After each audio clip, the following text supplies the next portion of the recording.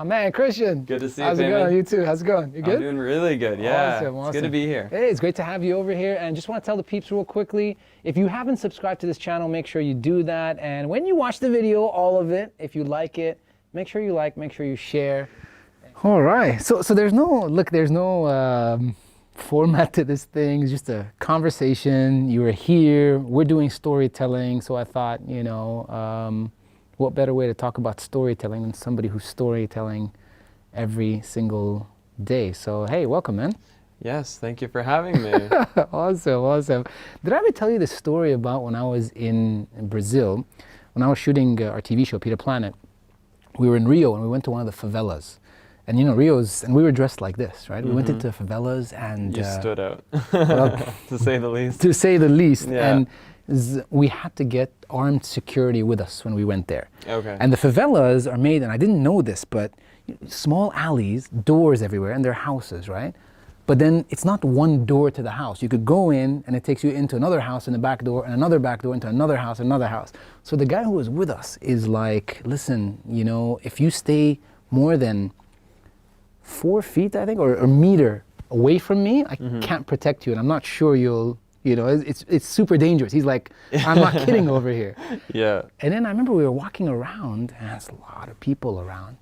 And as we were walking around, we had finished shooting and everything like that. This guy from far away who was wearing just shorts, no shirt, this muscled guy, like looks from far away, and they were playing dominoes on a thing. And he's like, hey! And I looked and I thought, okay, I don't know if I should answer this and everything. A few times, he's like, hey! And I was like, okay, there's literally hundreds of people everywhere, his friends. So I was like, I can't avoid this anymore. I have to walk over to him. And I walk over to him, and he gets up, right? And he comes over to me and he looks at me. He obviously can't speak any other language. And then, I don't know if I should tell you the rest of the story. The guy, everybody's like, what's the story? Look, I was dopamine. I was watching this video about the science of storytelling, and it's super cool because it says if you get people onto this cliffhanger. Yeah. So I'll tell you guys the story later on. Ah, the hook. Yeah. You're a YouTuber now. You gotta lead with the hook. I learned a few things here and there, from watching people like yourself. But look, storytelling, it's so ancient. You know this, but people have been telling stories for like centuries, and specifically here, I don't know if you came across this word, but we call people who tell stories hakawatis. Have you heard that word before? No, I haven't. It comes from the word hekaya, which is a story, and haki, which is telling or the teller. So storytellers. And it's been big over here, and there's so many of these stories that have been passed down from generation to generation. I'm sure it's the same with you. Why are you telling stories? Because you've been telling stories for how many years now? So I would say my journey as a storyteller probably started about 6 years ago when I started picking up my GoPro and sharing my travels with people. At first, it wasn't really quite as story-driven. It was more just focused on almost like a documentary of my day-to-day, but in its own form, it was a story. But it didn't have necessarily an intro, didn't always have a middle or an ending. But once I realized that I wanted to take my YouTube channel and my content creation to another level, that's where I had to find the main predominant stories that would be reoccurring in my videos. So even if it was a daily vlog about catching sunrise or going kayaking in Thailand, whatever the day was, I always had to find ways to kind of string in some sort of storytelling. So it's something I learned by doing, and I mean, I love going back to my old videos because it shows me just how much I've improved. Now I don't open a video unless I know what that video is going to be about. I know what are those key sentences I need to get out within the first 15 seconds so that somebody's going to be sticking around, hopefully, until that last 15th minute. So yeah, it's definitely, we're all storytellers, whether we want to believe it or not, but becoming a good storyteller is something that takes a lot of practice, and some of us are better than others.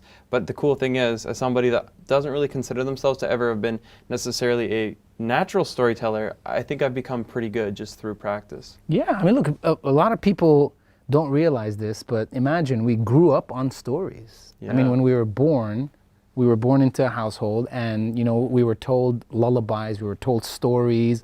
We didn't go to school obviously immediately, so everything we learned at home. And there's Yeah. all these stories that I think kind of transcend a certain geography. Like, the story about the movie that came out, well, not super recent, but 300. Yes. That story, I feel like every country in the world has the same story, 10 people fight thousands. It's one of those things that Overcoming the odds. Everyone wants the underdog to win. Everybody wants the underdog to win, absolutely. And in a sense, I feel like that was a little bit of my story when I first started my channel. One of the things that I actually don't know if I even realized how good of an idea it was at the time, but I was always a travel channel. But it became something more the moment I quit my job and shared the journey of leaving my 9 to 5 and sharing and letting people in on what it was like to take that risk and put it all on the line to chase a passion. So right then and there, I had been able to distinguish myself from other just generic travel channels by being somebody who is sharing travel, but also sharing that scary moment of going out on your own, becoming your own boss, taking those first steps, and letting people in on what it's like. How are we doing financially? How is it like to get your first brand deal? What are the difficulties I'm currently facing? So that in itself was really strong storytelling, because now I've got two storylines. Some people just want to see the travel. Some people connected to the channel for the sake of that, fulfillment of their own dream of leaving their 9 to 5. So I think that no matter what kind of genre of content you go into, you need to find those things that will let other people draw near to you. Yeah. And if you don't let people in, then you will just be another homogenous channel that can be replaced. Yeah, it makes a lot of sense. I think what you said reminds me of what a lot of people talk about, which is superhero stories, right? A lot of what you did, the courage to leave a job and do this, knowing that, hey, you've got some secure money, and you're not sure whether you're going to make money. I mean, everybody assumes, but for every Lost LeBlanc, there's 100, whatever their channels are, whatever the names are that don't make it to where you are today. Which how many million are you now on YouTube? Like I think 1.6 now. 1.6 million. Roughly. Amazing. Yeah, Amazing. it's wild. It's really insane. Like, when did it I hit? never thought that would happen when I quit my job. I mean, I was just trying to break even and be able to live a life that made me happy, and to think that it was able to grow into something so much larger. I mean, just this morning as I was having like my morning coffee, I was in this hotel I only saw on TV, and I actually had a moment today where I was like, wow, this is real. This is like the fulfillment of a dream that was 6 or 7 years ago now. Yeah. And it's pretty wild. That's amazing, because people can relate to what you're doing and what you talk about, and there's this aspiration that you've created that people, want to be like, Christian LeBlanc, and I think that's probably why there's success in the academy that you've recently launched as well. How's that going, by the way? Because that's amazing, going from being a storyteller to storytelling for education. Yeah, it's totally like a new evolution in my channel. I mean, I've gone from being somebody that created content for entertainment and education. Well, yeah, I guess in some ways it hasn't changed completely, but now I'm teaching others how they can kind of take their own walk into quitting the 9 to 5 and becoming full-time content creators. So it's totally evolved my role. I've taken off a little bit of the responsibility of always being in front of the camera and getting out those new YouTube videos and Instagram posts, to now making sure I'm just taking care of my most important community, which is the Lost Creator Academy, because it's so, for me, rewarding to now be able to see people who were just where I was 6 years ago, taking their baby steps, and some people are making their big steps.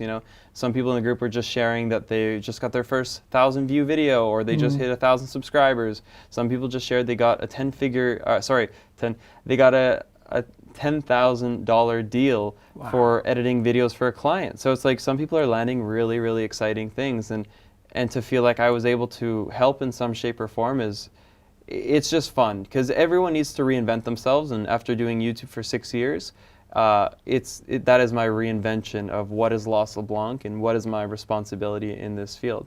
Amazing. I mean, it's definitely obviously a similar path that we're going through with all of our programs. Yeah. So, we always talk about us wanting to do that specifically for the Arab world. We want to invest and help grow the world of content, the sector. but also content creators. So, you know, I read this statistic recently that said influencer marketing globally, the sector is worth about $10 billion now, and it's growing rapidly. In this region, it's actually on the decline. So Wow. yeah, I think we're one of the only regions in the world where influencer marketing is actually on the decline. So, you know, once again, clear goal for us to help people be better at telling stories, and we feel we can do that through education. Yeah. In fact, I don't know if you heard, we just partnered up with Robert McKee, the godfather of storytelling in Hollywood. Amazing storyteller. Yeah. Has done these courses around the world, and he kind of goes through the whole aspect of building that story with the characters and the narrative and everything like that. He's got 200, I want to get this right, 200 Emmy Award winners he's trained, 60 Academy Award winners, I don't know, 100 odd, you know, guild winners. I mean, this guy is like a genius. Pretty decorated. Unbelievable. If you've watched The Wolf of Wall Street, if you watched Game of Thrones, Breaking Bad, I mean, a number of different shows, House of Cards, Frozen, you name it, he's trained the people that have actually, you know, produced that content, which is phenomenal. Yeah. And I think I'll be sitting in on that module. Oh yeah. Oh yeah. I want to hear from him. Oh my God, yeah, me too. I mean, it's crazy. We what we did was we tied it into, we have 1,001 seats.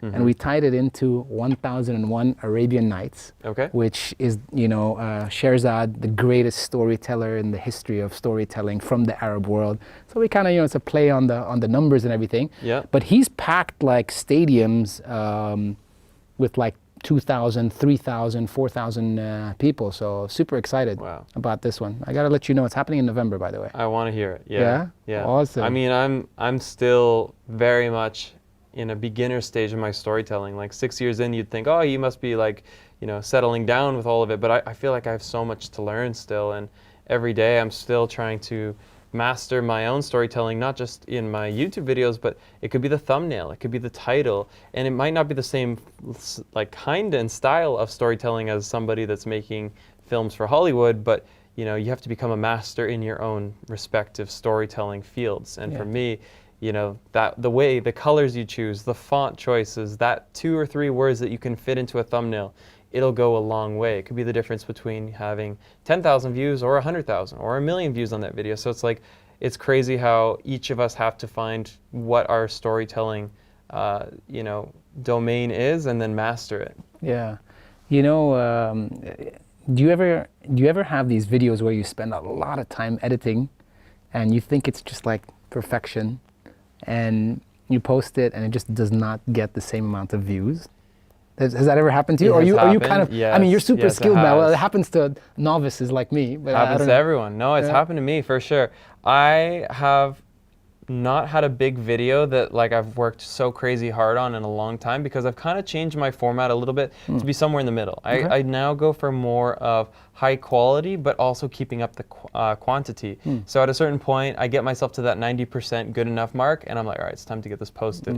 So it's very rare that I'm so emotionally invested in a video that I'm like, this has to do well or I'm going to be just floored. Gotcha. And usually when I do that and I put a lot of effort in, it does actually do well. So I haven't had that in a long time. I would say it's been 2-3 years. The video that kind of had that moment was a documentary I did about elephants, just kind of raising awareness as to the abuse that was going on predominantly in Southeast Asia with the riding of elephants. And that video was one that meant a lot to me, and so I invested a lot of money, a lot of time, and there's some complications I won't go into. I had to take the video down due to someone needing to be removed from the video. And then when I reposted it, it never did quite as well. So that was pretty upsetting, especially because of that external circumstance. But anyways, yeah, it happens. And all you got to do is say, back to the drawing board, let's make another video. Yeah. Because you can't get stuck up on that.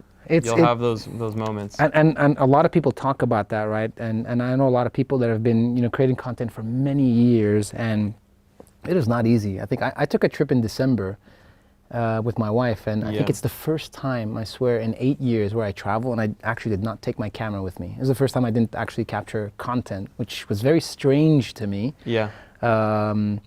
But I try that sometimes. But then I'm like reaching for my pocket. I'm like, where's my camera? And I have these little moments where I'm panicking because I'm like, this is so beautiful. Yeah. I'm trying to enjoy it, but I want to film it. Get It's the a lot- drone up. it's a lot of work, you know. People don't realize that, but hey, it is a lot of work, obviously, and you put in a lot of work. You know, yeah, a lot. I love watching your videos. There's, you know, you. I love the transitions. I love the color grading that you do, and I know you sell a lot of your color grades as well. Your what do you call LUTs, right? You sell LUTs? You sell? I don't sell lots, but there's like the presets for The presets, photos. sorry, so- presets for photos. Yeah. Because I remember we shot the mosque in Abu Dhabi together. You remember that? Yeah. And I saw that. It's a beautiful picture, beautifully color graded and everything like that. Thank you. Yeah. What are some of the tips that you can tell everybody on how to do amazing things on YouTube specifically? I would say skip my learning curve. I went through an early stage of YouTube where I was GoProing and there was no attention to the color grade, to the transitions, and it was just story. And people were really deeply connected with it. People to this day still say, go back to GoPro videos, because they think that the GoPro was what they missed, but really it's just the rawness that they liked being let in on my adventures and my life and the behind the scenes. And when I started to probably 2 years into my journey, kind of upgrade my equipment, start to introduce more slow motion, try to get better color grading, I really lost touch of storytelling. And that was the decline of my channel early on. Now I rebounded, I learned within a year that, okay, you know, more equipment, more lenses, although amazing and fun, not always the right decision. The better thing is going to be to focus in on how are you getting across the message. And that's something that it was a crutch to get such good camera equipment, because it distracted me from being like, I'm going to go out there and talk to the locals. I'm going to get out there and really narrate what's going on, or I'm going to be fun and I'm going to share with the people what's really going on. Instead, I was thinking, we need to capture the dew on that plant with that macro lens and get nice and tight in there. But then, you know, some people just feel like that's really removing them from the moment. So I'm not going to say that cinematics can't have a place. And nowadays, I've found a way to, I believe, make it work. And a lot of people agree. People like the cinematics. But it's a lot to learn storytelling, to learn how to work your camera, how to learn how to color grade. It would be far better for somebody to start with the storytelling and always make that the core value, the core focus of their channel, because anybody can do cinematics. You'll always be replaceable if you try to be the next, you know, drone pilot, the next dude running around doing backflips. It's just so replaceable. But if you are one of a kind, and that's something that's Some great. not replaceable. You're one of a kind. That's great advice, for sure. Are you one of those guys that actually writes parts of, you know, the script that you're gonna actually deliver in the videos? Are you one of those guys that, you know, puts some notes and goes out, or how do you do that? Nowadays, yeah, a little bit. I wouldn't say I have scripts unless it's a very important video. If I need to make sure that, like, maybe it's just a portion of the video that's a little scripted. But generally speaking, the most I'll do is I'll have the video title idea, and then from there maybe a few bullet points on what is it that I'm trying to get across and what will be the different scenes to, you know, achieve that objective. So if it's a travel video where I want to show, you know, what is it like to travel Bali, then I'm going to probably write down, okay, well, I think, you know, in the first 2 minutes we should cover this topic, and then from there maybe the first 2 to 4 minutes we're going to talk about this. Here are some of the key shots that I want to get over the next 3 days. Gotcha. So then I'll have some shot planning, because I have started my channel by daily vlogging, and I think that had a time and a place on YouTube, but people want a little bit more structure now. Gotcha. And daily vlogging is a little bit passé. So to just film whatever happens in your morning and go through the chronological order of your day, unless you're really gifted at storytelling, isn't going to be good for most people. Gotcha. Because most people can't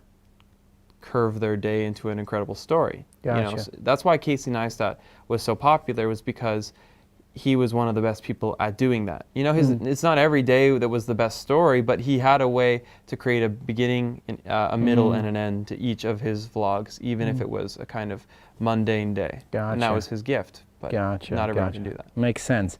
How good is Dubai as a place to find stories and tell stories? Because you visit here regularly, Yeah. and you shoot quite a bit of content over here. Yeah. Is it one of the places that you enjoy coming to and discovering? I mean, I focus on travel, and for me, there's so much to do here. I've been back 5 or 6 times now, and every time I've got more things to do, new places to see. I'm still like scratching the surface. I've hardly explored outside of, you know, the Emirate of Dubai. So I have so much to see in the other Emirates. Yeah, there's a ton to see and do here, and for travelers in particular. But you know, there's just stories to be told in any single place you look. It doesn't matter if you're in a small little town on the outskirts. You know, there's people that would have stories to tell. There's different adventures you can create. And I think the thing is, a lot of people feel very paralyzed by being like, I don't have the ability to stay at a 5-star hotel, or I don't have the ability to travel outside of my country.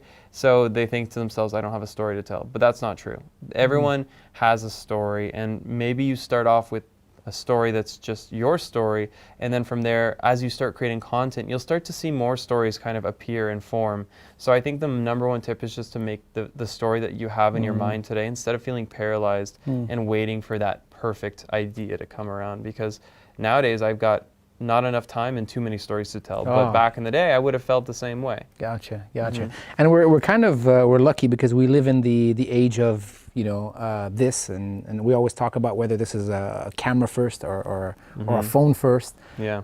We always talk about the fact that memories, you know, we can capture everything now. There's nothing that we will ever forget anymore. Yeah. There's nothing that won't go unnoticed anymore. So everybody is really, you know, a publisher, I guess, is what we call it. Yeah. And a lot of what we talk about at the New Media Academy is how do we get people to go from being publishers and basically publishing anything and everything every single day to becoming impact creators, which is a lot to do with storytelling. So. I think we're amazing. That was pretty good. There's some great tips over there. I think people will love this story. Really, cool. Thanks a lot, man. For you know, thank you so much for coming over. I know you're flying tomorrow, so this was like very last minute. No. Thanks for visiting, you know, the New Media Academy and sharing your stories. And there's a lot more that we're gonna do together. It's on the cards. We spoke about it, and it hasn't happened yet, but coming soon. Would love that. I think that there's a tremendous amount of value.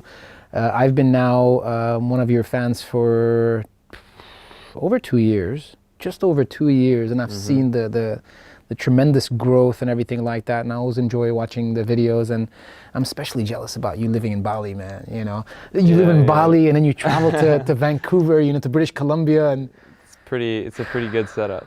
It's like amazing, man. Yeah, that's the life that I want. Just a few more years, and then I'm doing that too, exactly like that. Yeah, but well, 2 years ago, you just picked me up from the Dubai Mall, and you're like, look, we don't really know each other, but let's go to the mosque. And so we drove for 2 hours and just chatted the whole way. And yeah, it's incredible to see that. I think every time I've come to Dubai, I've seen you at least once now. So really exciting to see what you're working on, and hopefully we can find a way to work together on it too. Absolutely. Thank you so much for coming through. I guess, you know, for everybody that's watching this video, if you haven't subscribed, please subscribe. Please like this video, share this video, and of course, all the details will be in the description, including Christian's pages and everything like that. I don't know why you would need that, you know, watching this video, but just in case, it's over there. Thank you so much, Christian. I appreciate it, man. Thanks for having me. Pleasure.